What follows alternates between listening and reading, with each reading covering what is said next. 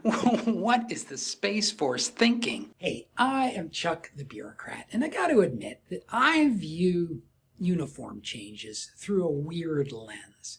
I mean, it's not like I care or particularly pay attention, but the other day I posted a video about the Space Force enlisted ranks, and one of you said, "Oh, yeah, you should see what's going on with the Class A uniform." So a little Google search and apparently you guys are finishing up wear testing on what can only be described as a distinctive uniform.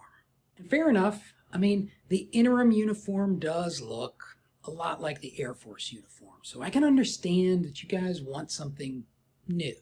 But as somebody who has lived through 3 different versions of the Army's Class A uniform, let me tell you that there is a measure that nobody talks about, but it really tells you whether or not a uniform is good.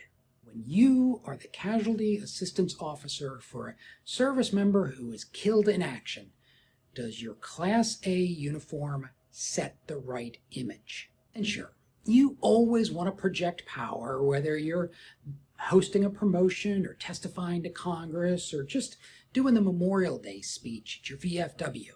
But when you are helping the bereaved spouse of a service member wade through all the bureaucratic stuff that surrounds their benefits, you want a uniform that puts people in awe.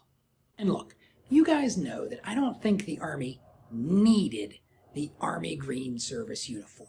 And while the old-timers will correctly point out that in the 80s and 90s, the Army had both a green and a blue uniform, it always made sense to me that while we were engaged in the longest conflict in our nation's history, that maybe a little less emphasis on the fancy uniforms was appropriate. But I will say this about the AGSU. It projects power. I am a scrawny, 4-eyed egghead, and when I wear that uniform, it commands respect. Which brings me back to the Space Force uniform. I'm not saying it doesn't project the right image. In fact, I've been around so long that Class A uniforms don't really have much of an effect on me. But has it been tested on a bereaved family? I mean, probably not. I don't even know how you would do that. And so, let me warn my Space Force friends. It will probably take a little bit of time for this uniform to finally settle out. Your new Chief Master Sergeant has just moved into his office, and he's going to oversee the 2025 rollout of this uniform, so he's not exactly going to rock the boat, even if he knows it needs to be rocked.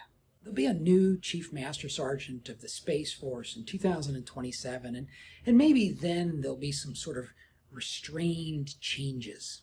And in the meantime, keep in mind that this is just a piece of clothing. What really matters is how well you do your job. And if you want to see the surprising traits of a successful Pentagon action officer, watch this video.